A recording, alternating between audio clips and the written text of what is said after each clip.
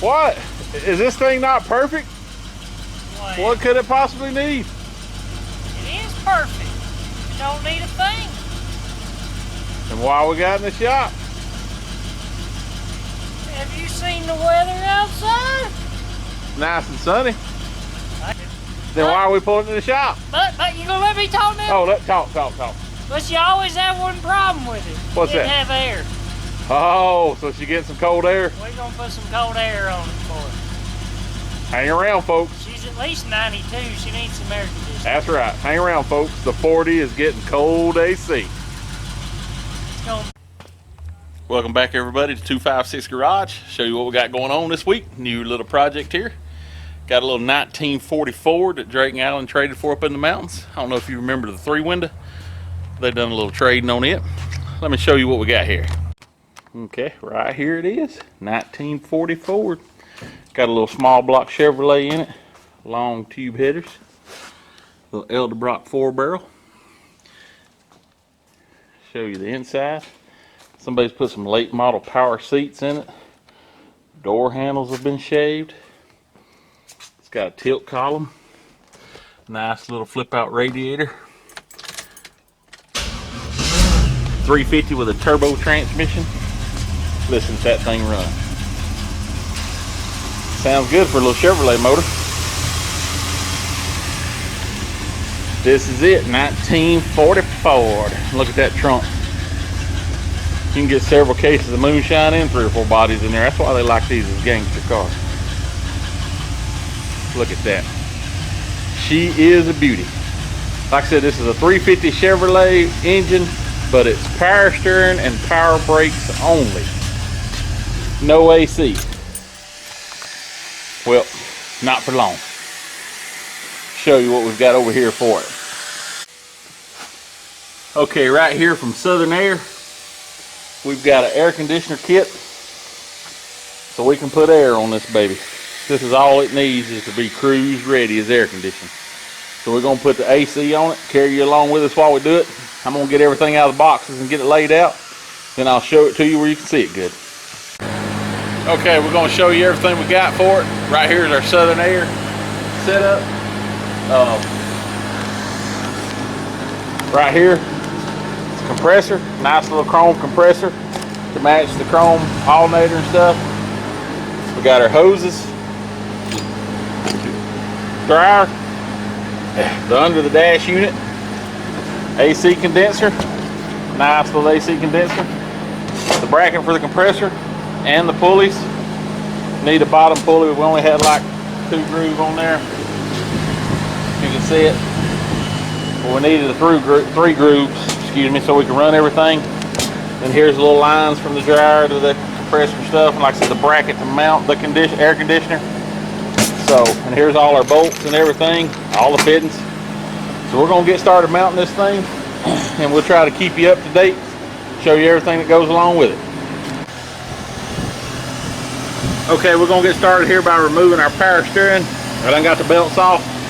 We'll get this power steering out of the way, because the bracket bolts on the 2 front header bolts and to the front of the head. We'll get that power steering out of the way and then start mounting our bracket on. Now they sent us a compressor setup for the passenger side.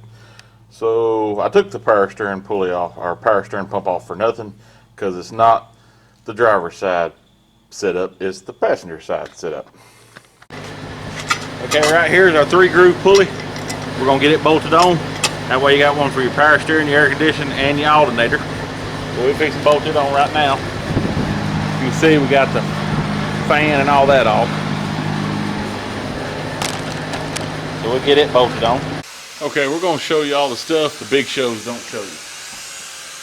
This pulley right here has got a lip on it, and it goes right down here inside the harmonic balancer. Well, guess what? It don't fit. It's either stamped too big or something. I don't know, maybe somebody's beat on a harmonic balancer. But I had to take the little auto bit, as we call it, and round it out just a little bit so this pulley would go in there. So basically the 10-15 minute job of bolting the pulley on the bottom has turned into an hour's work by the time you get everything done. So here we go. Okay, so we got the bottom pulley on. It is mounted. See it down in there? We got the power steering off, so we can start putting this other bracket on. So we'll get this other bracket mounted and go from there. Okay, so we're gonna show you where we're at so far. We got the compressor on the bottom pulley. See right there. Bottom pulley's on. The compressor's mounted. Power steering's back on. We're gonna have to get a different water pump pulley and some brackets for the alternator, because we're gonna have to move the alternator to this side. So we gotta call them tomorrow and see if we can get a water pump pulley and some alternator brackets. But that's where we're at so far. See, the compressor's mounted. It bolts to the intake and to the front of the water pump, and then your compressor bolts to your bracket. So let's see what we can find out. Alright, we're going to show you a little bit how this compressor mounts on. Your bracket mounts the water pump there, and then your compressor goes over one side of it with a long bolt through it, and then it has a little T bracket that goes through the main bracket, and the other long bolt goes through it where you adjust the nut up and down for your belt tension. And like I said, we got waiting on a pulley now. We're going to work on trying to get this condenser mounted to the radiator. Right over here is a radiator, and I showed you the condenser. It mounts to the front of it, so we're going to start working on trying to get it mounted. That way we can get the radiator back in the car and start running our dryer and our hoses and stuff. We got the compressor on, got the bottom pulley on, but the water pump pulley is wrong and the condenser's too big. So we're going to kind of cut it short this week on showing you what we got. I'll kind of show you what I'm talking about. Okay, you seen where we replaced our bottom pulley there. Here was the one we had. Well, our fan pulley, it needs to be more than a single groove, and it is too big around. It worked good with this pulley, but the new bottom pulley is bigger. So we had a gap like that, and now we're on top of this and it's hitting. When you put it on the water pump, it just hits. So that's got us waiting on a pulley and the condenser. The condenser will not fit between here and here, between the grill. So when we fasten it to the radiator, it wants to hit the grill right here.